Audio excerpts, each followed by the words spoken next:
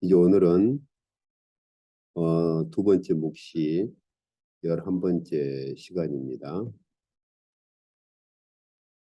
네, 오늘은요 먼저 예, 우주적 종말에 대한 것들을 한번 더 정리를 해보도록 하겠습니다.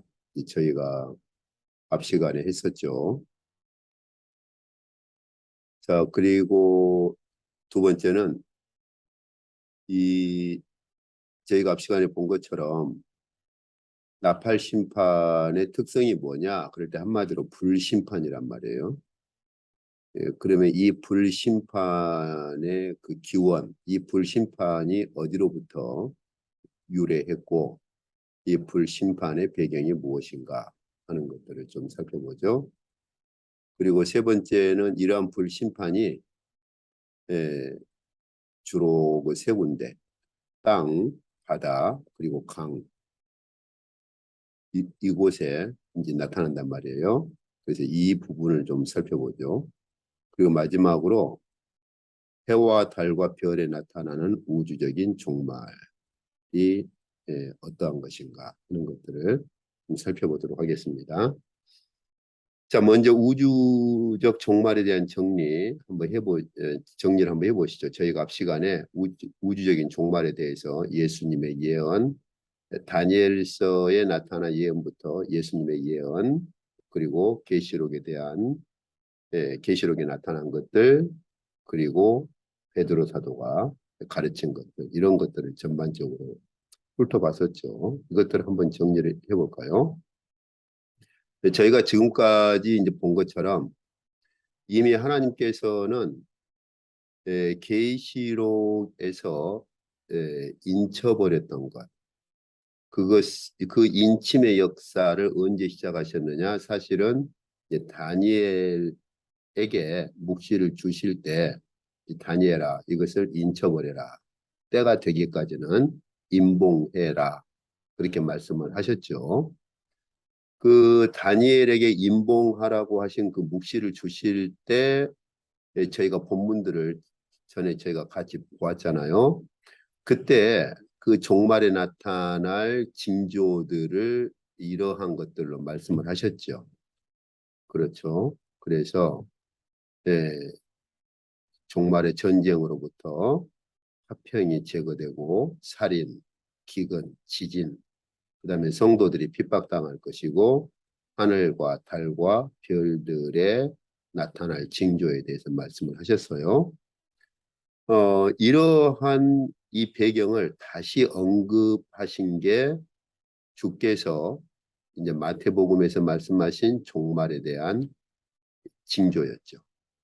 그러니까 저희가 한 가지 여기서 이해를 해야 할 것이 주님께서 그 마태복음 24장에서 제자들이 주님 오실 때 마지막 때에 어떤 일이 이 세상에 일어나겠습니까? 라고 그렇게 물었잖아요. 그때 주님께서 그 종말의 징조를 말씀하실 때 임의적으로 그냥 주께서 순간적으로 이렇게 생각을 해서 말씀하신 것이 아니고 주께서 마태복음 24장에서 말씀하신 이 종말의 징조는 사실은 하나님께서 이미 다니엘에게 말씀하셨던 그 종말의 징조를 가져와서 말씀하신 거예요. 그러니까 결국 여기서 무엇을 할 수 있느냐? 주님 재림하실 때 나타날 종말의 징조는 이미 하나님께서 임봉하라고 말씀하실 때 주셨던 그 종말의 징조가 이루어지는 것이다 하는 것이죠. 그러니까 마태복음 24장에 나타난 종말의 징조를 보실 때 다니엘서 배경을 놓쳐서는 안 됩니다. 주님께서 주님 자신께서 친히 재림하실 때 나타날 종말의 징조를 말씀하시는 것은 방금 제가 말씀드린 것처럼 순간적이고 임의적으로 말씀하신 것이 아니고 하나님께서 이미 다니엘에게 말씀하신 이 배경을 가지고 와서 말씀을 하신 거예요. 다시 말하면 이런 말과도 같죠. 이미 하나님께서 다니엘에게 종말의 징조에 대해서 말씀을 하셨다는 것이죠. 그러한 다니엘에게 말씀하신 그 종말의 징조가 주님 재림하실 때 이러한 형태로 재현될 것이다 라고 하는 것이죠. 그런데 이제 저희가 앞 시간에 그 중에서 더 이제 초점을 맞추고 강조했던 것이 무엇입니까? 그것은 이제 우주에 나타나는 종말의 징조, 우주에 나타나는 종말의 징조에 대한 예수님의 예언, 이 부분에 저희가 앞 시간에 이 부분을 더 초점을 맞추고 보았었죠. 왜 그러냐면 우주에 나타나는 종말의 징조에 대한 예수님의 예언은 계시록에서 하나님께서 계시록에서 묵시로 사도 요한에게 보여주셨던 바로 우주에 나타날 종말의 징조와 같은 것이고 이것은 곧 종말의 심판과도 연결되는 것이죠. 종말의 징조와 종말의 심판은 서로 분리되지 않습니다. 예. 그래서 제가 앞 시간에도 그 말씀 드렸죠. 종말의 징조를 볼 때에는 종말의 심판과 함께 봐야 되고 이 두 가지는 서로 겹치는 것이죠. 오버랩 되는 거예요. 그러니까 계시록을 볼 때 이제 인에 대한 것들 그걸 많은 경우 심판으로 본다고 그랬죠. 이제 에, 인이 이제 끝났네. 그럼 이제 나팔이네. 이렇게 봐서는 안 되는 겁니다. 그래서 여기 종말의 징조를 보실 때에는 종말의 심판이 서로 겹쳐 있는 특성을 같이 보셔야 돼요. 저희가 이제 앞으로 그 슬라이드 볼 때 그 부분을 다시 한번 제가 설명할 겁니다. 이러한 것들은 베드로 사도가 말하는 그 종말의 심판과 일맥상통한다 하는 것을 앞 시간에 저희가 보았어요. 그죠? 그래서 몇 가지 특징들이 있었죠. 주님께서 종말 그 우주에 나타나는 종말의 징조. 그러니까 이 세상에 나타나는 종말의 징조 말고요. 우주에 나타난 종말의 징조를 예언하시는 것을 보면 저희가 앞 시간에 성경 구절들을 같이 보았잖아요. 해가 어두워지고 달이 빛을 잃고 그 다음에 별들이 떨어지고 하늘에 하나님께서 세워두신 그 질서 그 우주적인 질서가 완전히 다 흔들리고 그런 것들이 그 질서가 깨질 것이라고 하는 것들을 말씀을 하셨는데 저희가 그 계시록에서도 보면 그 특히 여섯째 인을 뗐을 때 나타나는 그 종말의 징조를 보면은 주께서 말씀하신 것과 거의 같은 맥락을 이루고 있다 하는 것들을 볼 수 있었죠. 이 땅에 지진이 일어나고 해가 검어지고 이 달이 피처럼 되고 별들이 이제 떨어지고 하늘이 사라져 버린다는 것이죠.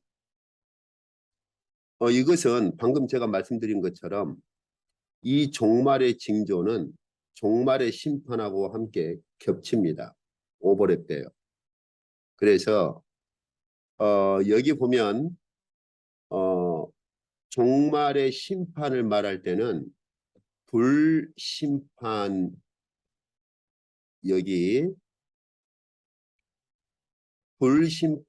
불심판으로 그렇게 나타난다 했었죠. 예, 여기 종말의 심판을 보면 그러나 이 종말의 심판이 행해지는 종말의 불심판이 행해지는 장소들을 보시면 이제 여기 보면 땅 그죠? 그리고 바다, 강, 그 다음에 해, 달, 별 어떻습니까? 종말의 징조가 땅과 달과 별들 그리고 하늘에서 종말의 징조가 나타나는데 이 종말의 징조가 무엇으로 곧바로 이제 연결되느냐? 종말의 심판으로 연결되는 걸 볼 수가 있는 것이죠. 그러니까 먼저 하나님께서는 심판 전에 땅으로부터 우주의 종말의 징조를 보이시고 나서 그 종말의 징조를 보이신 이 우주, 땅을 포함한 이 우주에 그 종말의 징조를 보이시고 나서 그 종말의 징조를 보이신 이 우주에 종말의 심판을 행하시는 것이죠.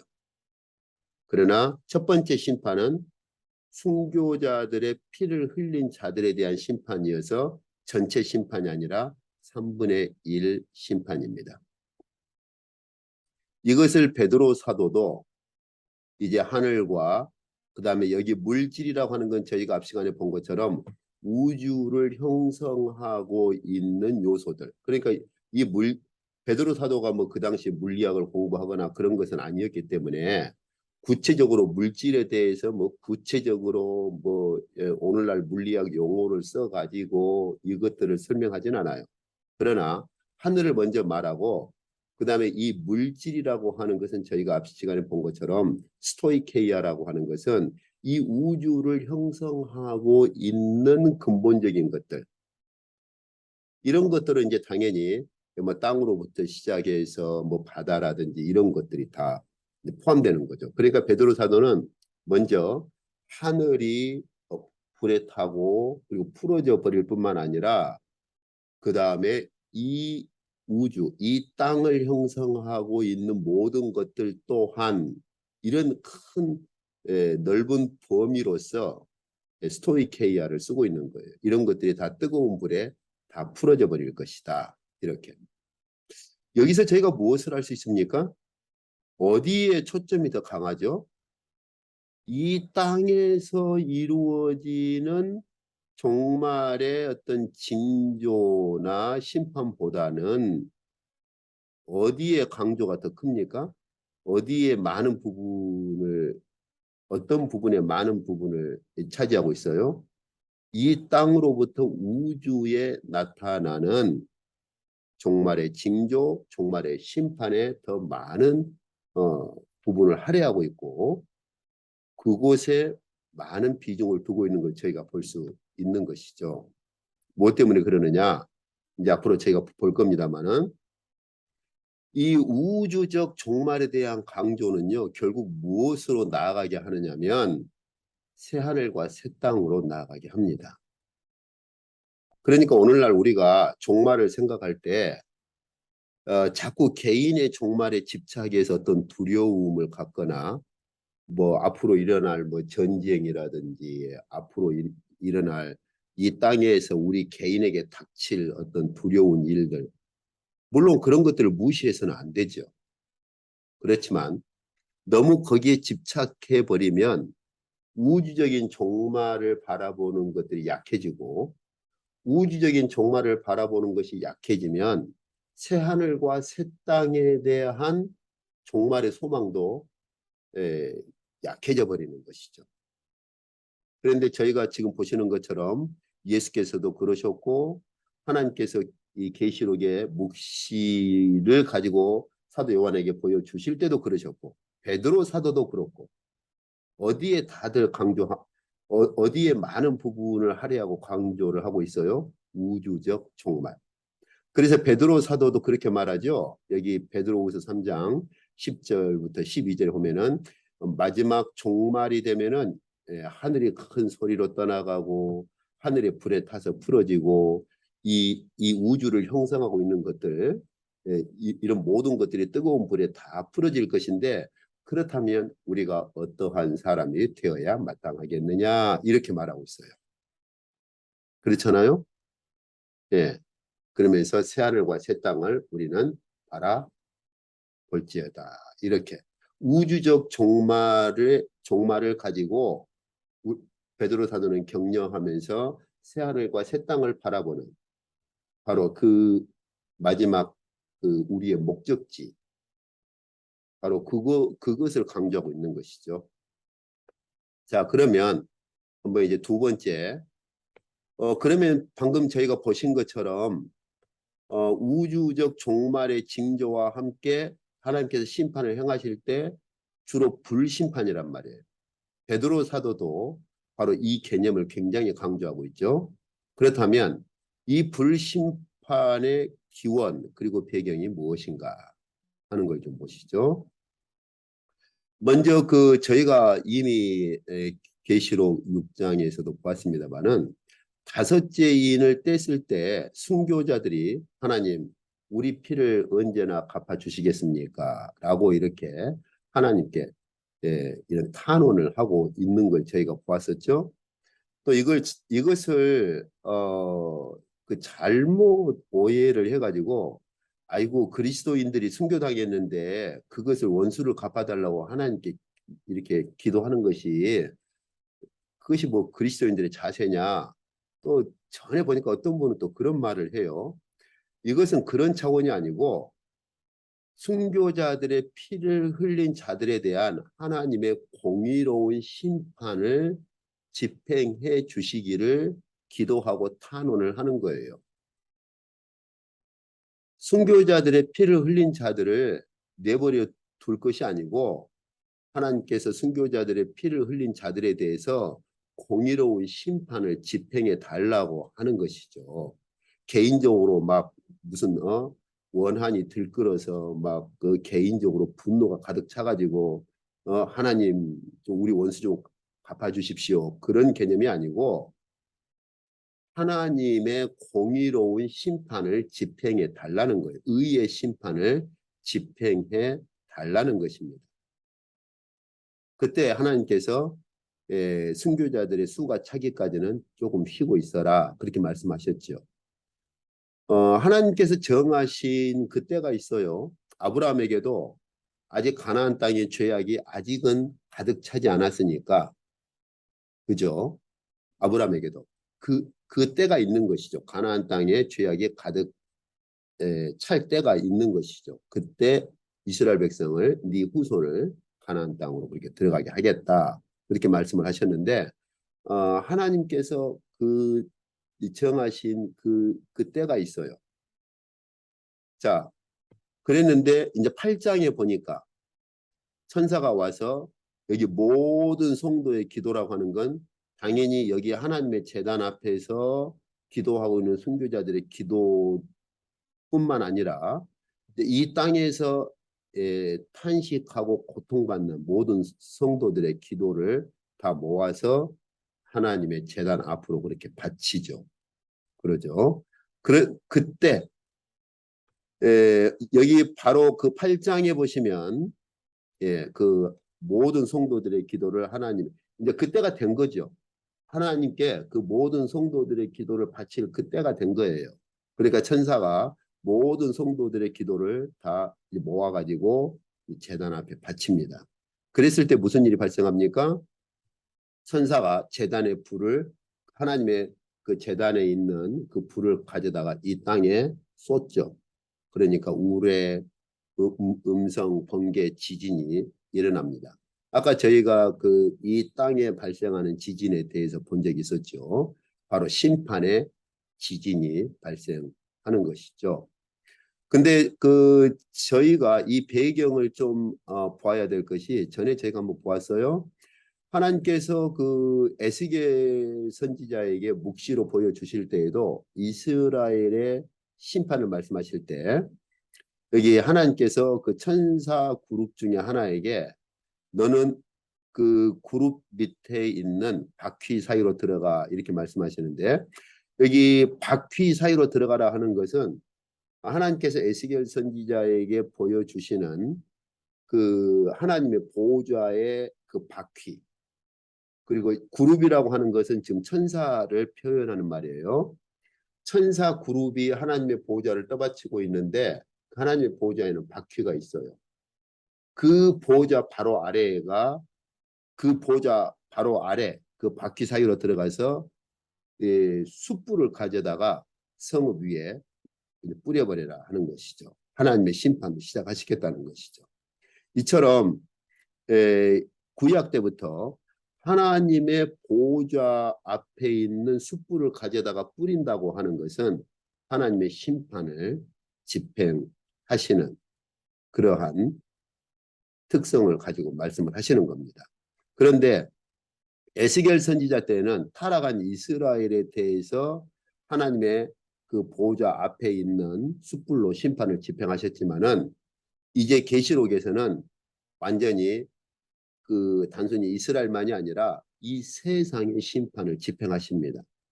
그것도 먼저는 순교자들의 피를 흘린 자들에 대해서 1차적인 심판을 집행하시는 거죠. 그래서 이 계시록에서 하나님께서 제단의 불을 가지고 집행하시는 심판은 완전히 이 세상에 대한 심판이고 에스겔 선지자 때는 타락한 이스라엘에 대한 심판이죠. 이것이 이제 불심판의 구약적인 배경이라고 볼 수 있어요. 아까 저희가 불심판의 기원은 뭐냐?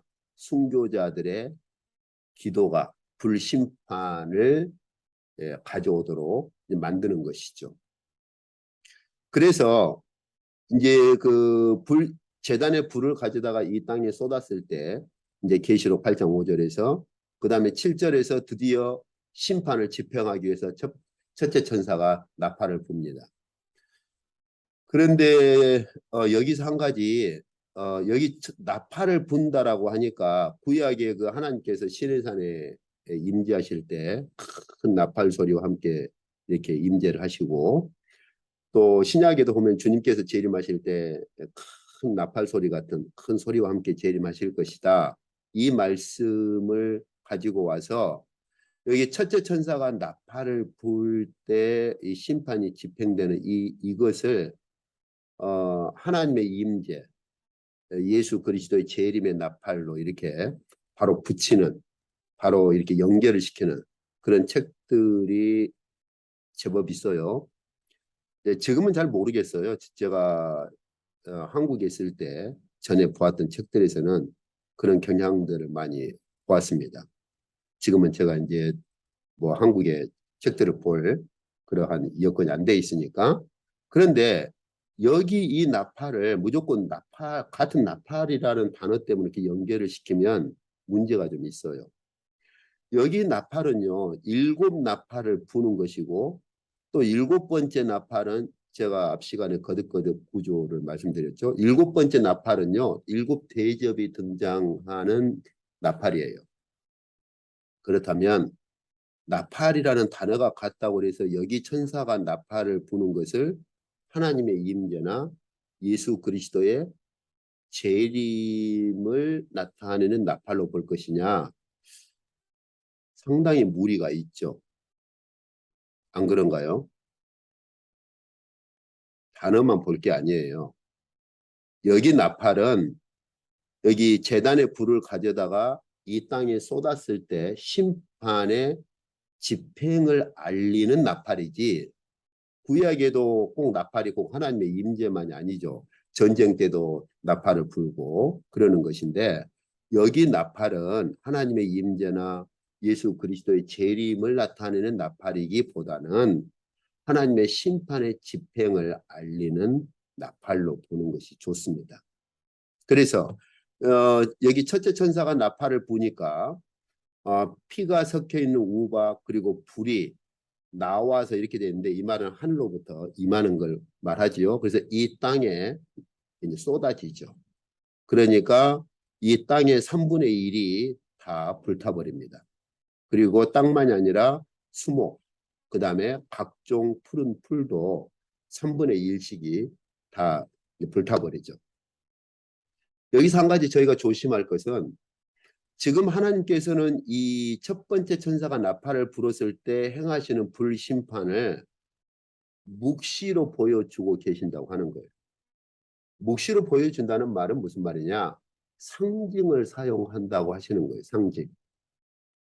그러니까 이것을 문자적으로 이해를 하려고 해가지고 피가 섞여 있는 우박이 무엇이고 불이 이 땅을 태워버린다는 게 무엇일까? 그러면 혹시 핵전쟁 아닐까? 이런 식으로 자꾸 문자적으로만 연결을 시켜버리면은 하나님께서 묵시에서 상징적으로 사용하시는 상징성을 상실해버리는 거예요. 하나님께서 계시록을 기록하실 때 핵전쟁을 염두에 두고 기록하셨을까요? 어떻습니까? 그리고 뒤에 저희가 보시겠지만은 이 하나님의 불심판 이후에 새 하늘과 새 땅을 이루시거든요. 핵폭탄이 터진다고 새 하늘과 새 땅이 이루어질까요? 그렇지만 또 한 가지 저희가 조심해야 될 것은 앞 시간에도 제가 그 말씀 드렸어요.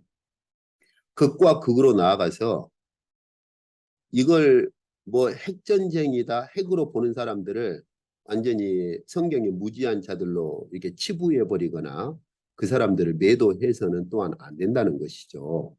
왜 그러냐면 하나님께서 계시록에서 말씀하신 이 묵시의 상징적인 것들이 오늘날 우리는 선취적으로 이 땅에서 일어나는 현상을 통해서 어느 정도는 미리서 볼 수가 있어요.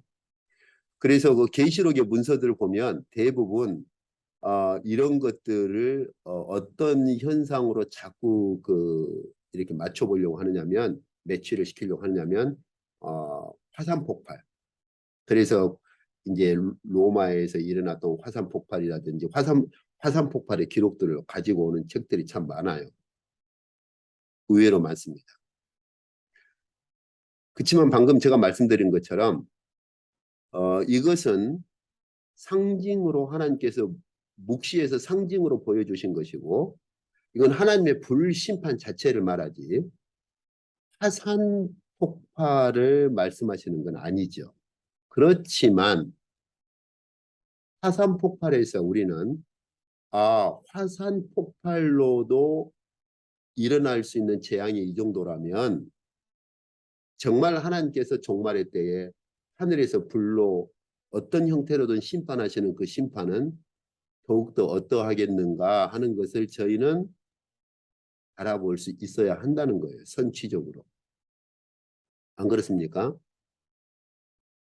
핵폭탄이 터져서 발생하는 그런 아주 가공할 만한 아주 두려운 그런 상황이라든지 화산이 폭발해서 발생하는 그런 아주 두려운 상황이 정말 이 정도라면 우리가 이런 그 핵전쟁이라든지 화산 폭발에서 볼 수 있는 이 정도의 이러한 자연현상에서 볼 수 있는 것도 두려운 일이라면 마지막 하나님께서 정말 온 세상을 심판하실 정도의 큰 불심판을 집행하시면 얼마나 더 정말 두렵고 온 세상이 진동할 만한 그런 두려운 심판이지 않겠는가. 우리는 그걸 선취적으로 우리는 생각을 해볼 필요가 있고 그것을 통해서 마지막 종말의 심판에 대한 하나님의 큰 그런 심판을 우리는 바라볼 수 있어야 한다는 것이죠. 그래서 극과 극으로 나아가서 무조건 이것이 계시록에 있는 건 핵폭탄이다, 핵전쟁이다 그렇게 극단적으로 가거나 또 저 사람들은 성경에 무지한 자들이야, 미련한 자들이야 치부해버리고 이 땅에 나타난 그런 선취적인 모습들, 징조들을 무시해버리는 것도 우리는 경계를 해야 할 것입니다. 자, 그러면 이제 이러한 다시 말해서 하나님께서 이스라엘 때부터 심판을 집행하실 때 하나님의 보호자 앞에 있는 숯불로 심판을 집행하신 이러한 배경 가운데서 이제 마지막은 온 세상을 심판하실 때에도 하나님의 보호자 앞에 있는 제단의 불을 가지고 이렇게 심판을 하시는 것이죠. 그 첫 심판이 바로 첫 번째 나팔입니다. 그래서 첫 심판이 집행되는 곳이 어디입니까? 이 땅이죠. 땅. 그 다음에 이제 더 구체적으로 땅과 바다 그리고 강에 나타나는 이런 종말에 대한 것들을 좀 보시죠. 그래서 방금 저희가 이 땅에 대한 것들은 저희가 이미 살펴보았고요. 근데 아까 제가 말씀드렸잖아요. 이 종말의 심판은 종말의 징조하고 서로 함께 겹친다고 그랬죠. 왜냐하면 종말의 징조가 나타나고 나서 한참 시간이 지나서 뭐 1년, 2년, 3년 혹은 뭐 1시간, 2시간 한참 시간이 지나고 종말의 심판이 집행되는 것이 아니고 종말의 징조가 나타나면 동시에 종말의 심판이 같이 집행되기 때문에 종말의 징조와 종말의 심판은 서로 겹칩니다. 그러니까 여기 이 땅에 나타나는 이 심판은 여섯째 인을 뗐을 때 나타나는 종말의 징조와 함께 비슷하고 겹치는 부분들이 있어요. 한번 저희가 생각해 보시죠. 정말 이 땅의 3분의 1을 다 태워버릴 정도로 이 땅의 수목의 3분의 1을 다 태워버릴 정도로 이 땅의 모든 풀들의 3분의 1이 다 태워버릴 정도의 큰 불이 이 땅에 쏟아지면 당연히 큰 지진이 이제 동반되겠죠. 우리가 그 한번 영화에서 그런 것들 많잖아요.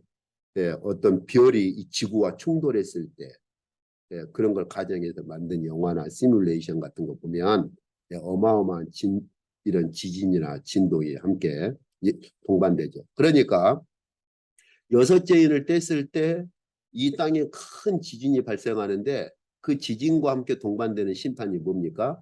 하늘에서 하나님께서 불을 여기 보면 쏟아진다라고 되어 있기 때문에 단순히 뭐 어떤 한 덩어리만이 아니죠. 비처럼 이렇게 큰 불심판을 비처럼 마치 우리가 소돔과 고모라를 생각해 보면 알 수 있겠죠. 그래서 하나님께서 이런 그 불심판을 우박 그래서 여기 쏟아진다는 동사와 함께 쓰인 게 뭡니까? 우박처럼 피가 섞인 우박처럼 그리고 이 우박처럼 또 불들을 마치 이렇게 쏟아 부으셔서 이 땅의 심판을 집행하시는데 이 심판의 집행과 함께 동반되는 것들 심판의 집행 전에 동반되는 게 뭡니까? 큰 지진이 종말의 징조로 그렇게 동반되는 걸 볼 수가 있는 것이죠. 그러니까 제가 앞 시간에 제가 그 처음에도 말씀드린 것처럼 저희는 개인적인 종말에만 집착해서는 안 되고 하나님께서 종말의 이 우주에 집행하실 이 종말의 심판을 바라볼 수 있어야 되고 이 종말의 심판에 대한 두려움을 가져야 합니다. 왜냐하면 이런 심판을 행하시고 나서 새하늘과 새 땅을 하나님께서 이제 세우실 것이거든요. 이 땅과 하늘은 없어져 버리는 것이죠. 자, 그리고 이제 불심판이 그 다음에 두 번째 천사가 나팔을 불었을 때는 어디예요? 그다음 바다에. 이 땅만이 아니라 아까 그 우박처럼 하나님께서 불을 이렇게 쏟아 부으시죠. 이 땅에. 그 다음에 그것과 역시 맥락이 같죠. 이게 불이 붙어 있는 큰 산과 같은 것. 그죠? 불 붙는 큰 산과 같은 것. 그러니까 이것은 뭡니까? 우박처럼 이 땅에 그 심판의 불을 쏟아 붓는 것이 아니라 아예 그 불 크다란 덩어리의 불이 되겠죠. 우리가 머릿속으로 한번 생각해 보시죠. 어떤 산 전체가 불이 이렇게 걸겋게 불이 활활 타오르고 있는 그런 크다란 덩어리의 불을 바다에 하나님께서 내 던지시는 것이죠. 그러면 결국은 그렇게 되었을 때 바다의 3분의 1이 피가 되고 그리고 바다에서 생명을 가진 피조물들의 3분의 1들이 다 죽는 것이고 바다에서 움직이고 있는 배들의 3분의 1이 다 회파되어 버리는 것이죠. 그래서 3분의 1에 계속 강조를 하고 있죠. 이건 제가 거듭 말씀드렸지만은 여기 3분의 1, 3분의 1, 3분의 1. 왜냐하면 이 심판은 순교자들의 피를 흘린 아까 제가 심판의 기원과 배경을 보았었죠. 예, 순교자들이 하나님의 공의로운 심판을 집행해 주시기를 탄원을 했었고 그래서 순교자들의 피를 흘린 자들에 대한 1차 심판이기 때문에 3분의 1 심판으로 집행됩니다. 그래서 이제 바다까지 하나님께서 심판을 집행하시죠. 그 대접 심판에 보면은 하나님께서 그 이유로 말씀하세요. 그 순교자들의 피를 흘리는 것에 바다가 이용되었거든요. 그래서 그리고 더 나아가서는 하나님께서 아예 죄 아래 있는 이 세상 전체를 다 제거를 하십니다. 다 제거해 버리시고 새하늘과 새 땅을 하나님께서 이 세상에 세우시고 그 새하늘과 새 땅에 새 예루살렘이 임하는 거예요. 그러니까 저희가 한 가지 오해를 해서는 안 될 것이 저도 어렸을 때 그렇게 배웠고 그랬는데 마치 이 세상은 주님 재림하실 때 이 세상은 우리가 이제 예, 작별 인사를 하고 그리고 우리 믿는 사람만 뽑아가지고 하늘의 어떤 곳으로 가는 것으로 그렇게 이해를 하고 저도 그렇게 배웠었어요. 그런데 그것이 아니고 마태복음 13장에 하나님 나라 비유라든지 성경에 나타난 가르침들을 보면은 이 세상 자체가 죄 아래 있는 이 세상 자체가 다 제거되고 새하늘과 새 땅이 이 온 우주에 이루어지고 죄 아래 있는 자들은 이 새하늘과 새 땅에서 쫓겨나가서 심판의 장소로 내던져집니다. 이 부분 저희가 이해를 잘 하셔야 돼요. 자, 그리고 그 다음에 셋째 천사가 나팔을 불었을 때는 강에 불심판이 행해지죠. 횃불같이 타는 큰 별이 이제는 산이 아니라 이제는 별 자체가 하늘에서 그 강에 이제 떨어져 버리는데 그 횃불처럼 불타오르는 그 별이 강에 떨어졌을 때 그 물이 쓴 쑥, 다시 말하면 어느 정도로 쓴 쑥처럼 되어버리느냐, 그 쓴 물을 마시면 사람이 죽을 정도로 그 물이 쓴 물이 이제 되어버리죠.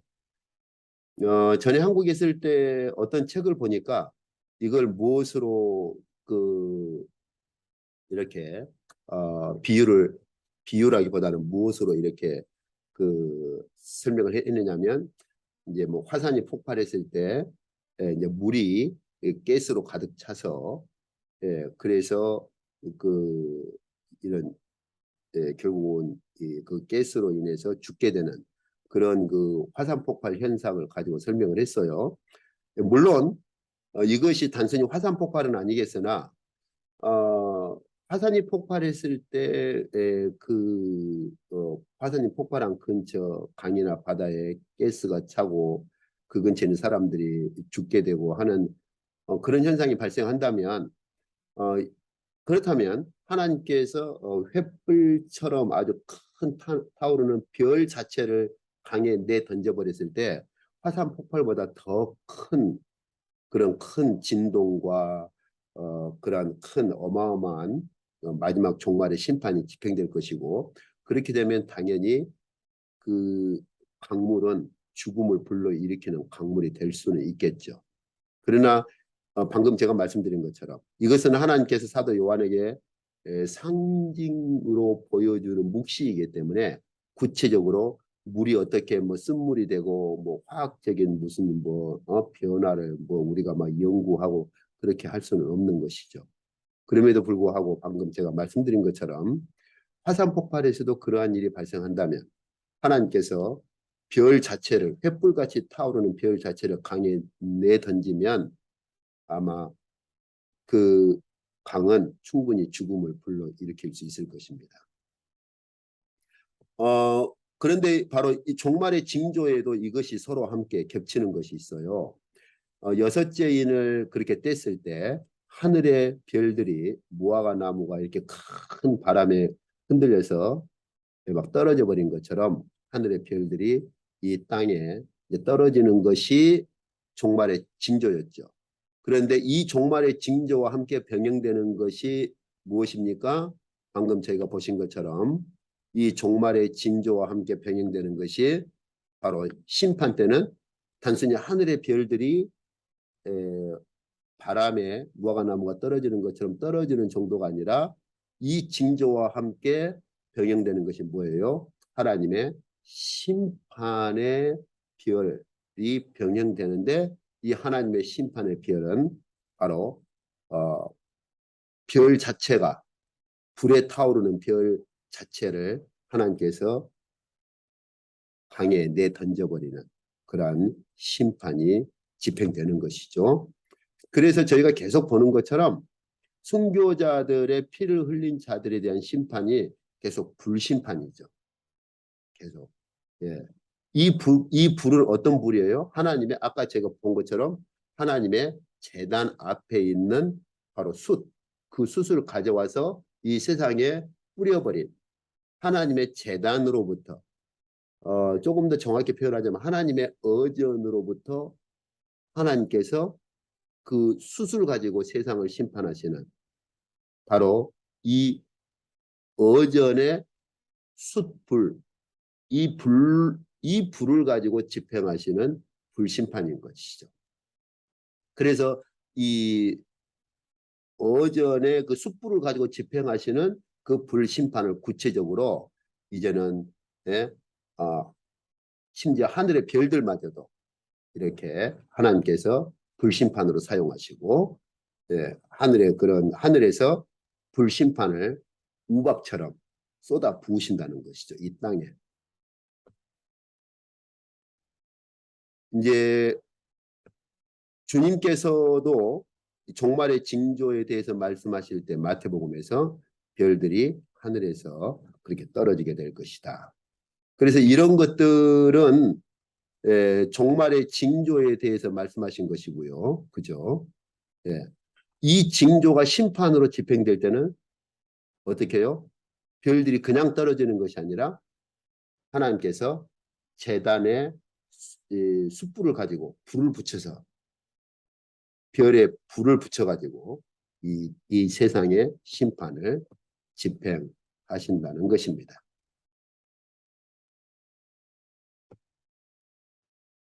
이제 마지막으로 해와 달과 별에 나타나는 우주적인 종말을 좀 보시죠. 이제 마지막 이 세상만이 아니라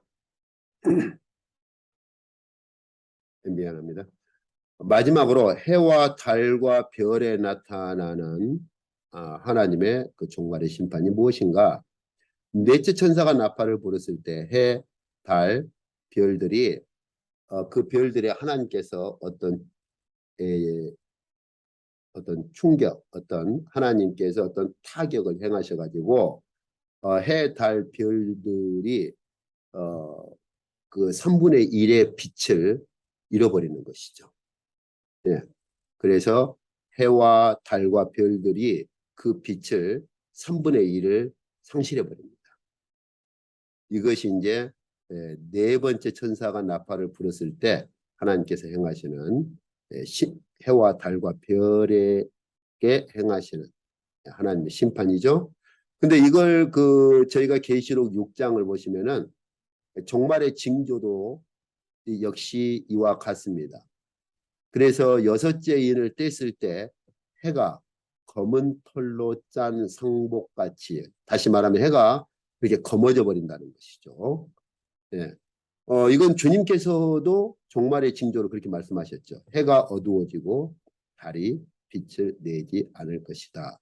근데 이건 제가 거듭 말씀드린 것처럼 주님께서 이 말씀을 하실 때는 이 말씀은 이미 하나님께서 다니엘에게 말씀하신 종말의 징조를 주님께서 가져오신 것이다 하는 것이죠. 그래서 해와 달과 별들에 나타나는 종말의 징조 그리고 심판은 바로 주님의 말씀이나 계시록 6장의 여섯째 인을 뗐을 때 나타나는 징조는 해가 검어질 것이다. 어두워질 것이다. 빛을 잃어버릴 것이다 했는데 구체적으로 심판에 들어가 보니까 여기 구체적으로 심판에 들어가 보니까 처음에는 순교자들의 피를 흘린 자들에 대한 심판 때는 처음에는 3분의 1씩 그 빛을 잃어버리게 만드십니다. 이렇게. 그런데 이제 저희가 잘 아시는 바와 같이 아까 저희가 보았잖아요. 이러한 종말의 징조나 심판은 결국 무엇으로 나아가게 하느냐? 새하늘과 새 땅으로 나가게 한다라고 했었죠.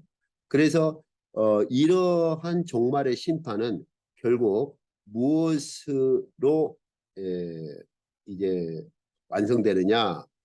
새하늘과 새 땅에서는요, 해나 달의 이런 빛이 필요 없어집니다.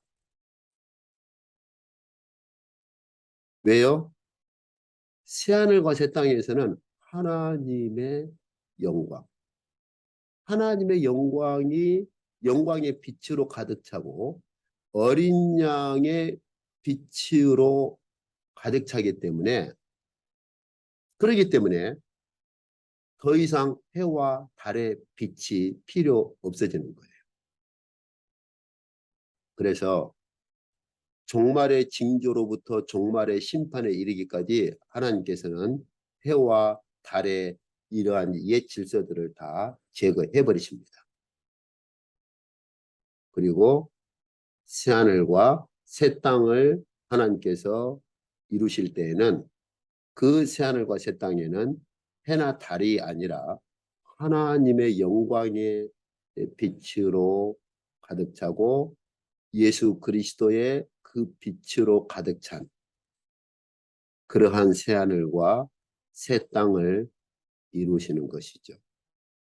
그러니 베드로 사도가 했던 말 저희는 다시 한번 기억을 해야 할 것입니다.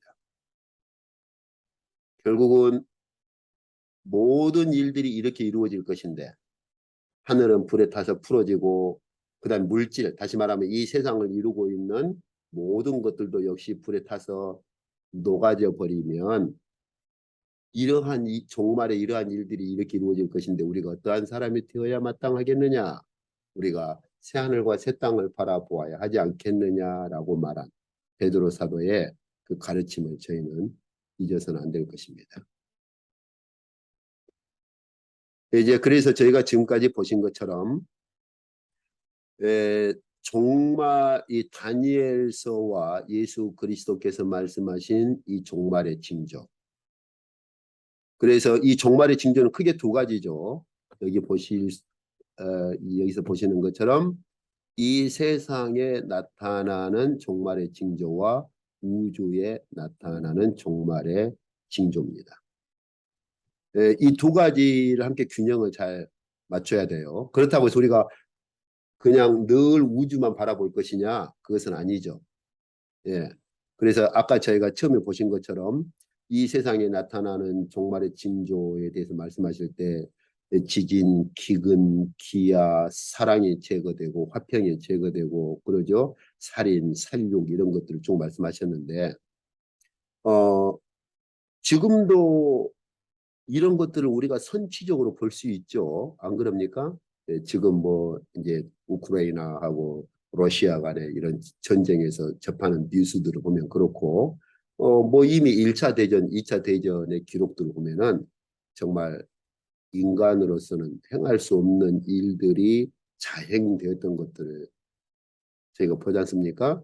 그렇지만 주님 재림하시기 전에는 이것보다 훨씬 더 끔찍한 훨씬 더 끔찍한 이 세상에 나타나는 징조가 있을 것이어서 정말 창조 이래로 정말 우리가 보지 못했던 그 정도의 징조가 이 세상에 그렇게 임할 것이라고 주께서 말씀하셨고 그와 동시에 그래서 그 제가 한 가지 생각을 해야 될 게 지금 가령 이런 우크라이나하고 러시아 간의 전쟁이 왜 주님 재림하시기 전에 징조로 볼 수 없느냐? 이 세상에 나타나는 이러한 전쟁과 기근과 이런 징조는 무엇과 함께 동반돼요? 우주에 나타나는 징조와 함께 동반되는 거예요. 이렇게. 그렇기 때문에 지금 우리가 이런 그 이제 우크라이나하고 러시아 간의 전쟁에서 발생하는 이런 것들을 선취적으로 정말 종말의 때가 되면 이것보다 더 악한 일이 일어날 수 있겠구나 하는 걸 우리가 선취적으로는 볼 수 있겠으나 이 전쟁이 우주에 나타나는 징조와 함께 동반되지 않는 이상은 이것을 마치 주님 재림하시기 전에 종말의 징조로 그렇게 직결시키기에는 무리가 있는 것이죠. 그래서 제가 거듭거듭 말씀드리지만 그러나 우리는 이 전쟁을 통해서 종말에 일어날 이 땅에서 종말에 일어날 전쟁을 비롯한 여러 가지 이 땅에 일어날 징조들을 미리서 볼 수는 있어야 됩니다.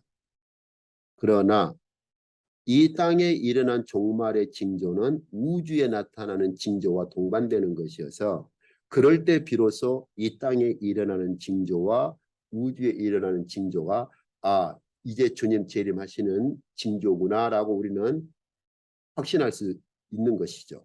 그 전까지는 이건 선치적인 것이구나 이렇게 우리가 바라볼 수 있는 것이고 그렇게 이해를 해야겠죠. 그리고 이제 종말의 심판이 시작되면 지금까지 제가 보신 것처럼 어디에 초점을 맞추었어요? 여기 계시록에도 보니까 우주에 초점을 맞추었죠. 뭐 때문에요? 저희가 처음에 보신 것처럼 바로 이 하나님께서 우주를 이제는 이 죄 아래에 있는 우주를 제거해 버리시고 새 하늘과 새 땅을 이 우주에 세우실 것을 그렇게 말씀하시고 그것을 바라보도록 하시려는 것이기 때문에 종말의 심판에 있어서 초점은 강조는 우주에 주어집니다. 그래서 우주에 나타나는 심판 그리고 순교자들의 피를 흘린 자들에 대한 심판이 이제 종말의 심판의 시작으로 집행되는 거예요. 그래서 1차적인 심판이죠. 그래서 베드로 사도도 제가 앞 시간에도 보았고 아까 처음에 보신 것처럼 하늘이 불에 타서 풀어지고 물질이 뜨거운 불에 그렇게 녹아질 것이다. 이런 예언을 했던 것이죠. 자, 그리고 나면은 이제 대접 심판에서는 종말의 심판이 완성됩니다. 그래서 나팔 심판 7번째 나팔을 불었을 때 7대접이 등장해요. 그래서 마지막 종말의 심판이 완성됩니다. 그래서 대접 심판에서 이제는 마지막 심판이 집행되고 그 마지막 심판에서 음녀 바벨론하고요. 그 다음에 적그리스도가 마지막 심판을 받습니다. 이제 그리고 나면 이제 새 하늘과 새 땅이 이루어지는데 베드로 사도도 그렇게 격려하죠. 우리는 여기 베드로후서 3장 12절에서 이걸 얘기하고 나서 베드로후서 3장 13절에서 우리는 하나님의 약속대로 의가 있는 새 하늘과 새 땅을 우리는 바라보도다. 이렇게 이제 격려하고 베드로 사도가 이 베드로 전서후서를 쓸 때가 주님의 부르심이 가까웠다는 것을 계시로 받은 상태예요. 그래서 베드로 사도가 그렇게 쓰죠. 이제 내가 주님께로 갈 날이 얼마 남지 않았다. 그 상태에서 베드로 전서후서를 썼고 그래서 베드로 사도는 이제 우리가 새 하늘과 새 땅을 이렇게 바라본다라고 자신의 마지막 삶에서 그리고 베드로후서 3장 마지막 장에서 이렇게 말을 하고 있는 것입니다. 그리고 계시록 저희가 21장, 22장을 보시면 역시 그 계시록 21장, 22장에서 무엇을 말합니까? 새 하늘과 새 땅을 말을 합니다. 그래서 저희가 지금까지 보신 것처럼 우리 그리스도인들이 이런 다니엘서나 예수님의 예언 그리고 이런 베드로 사도의 가르침, 계시록 이 말씀들을 쭉 이렇게 볼 때 저희는 잘 생각을 해야 할 것이 우리 개인의 종말과 함께 놓쳐서는 안 될 것이 개인의 종말에만 집착하면 안 되고 개인의 종말과 함께 저희가 놓쳐서는 안 될 것이 바로 하나님께서 이 우주의 종말의 역사를 어떻게 이끌어 가시고 집행하실 것인가. 이 우주의 종말에 대한 우리의 믿음과 신뢰 그리고 우리의 소망을 놓쳐서는 안 된다는 것입니다. 오늘 이쪽까지 하도록 하시죠.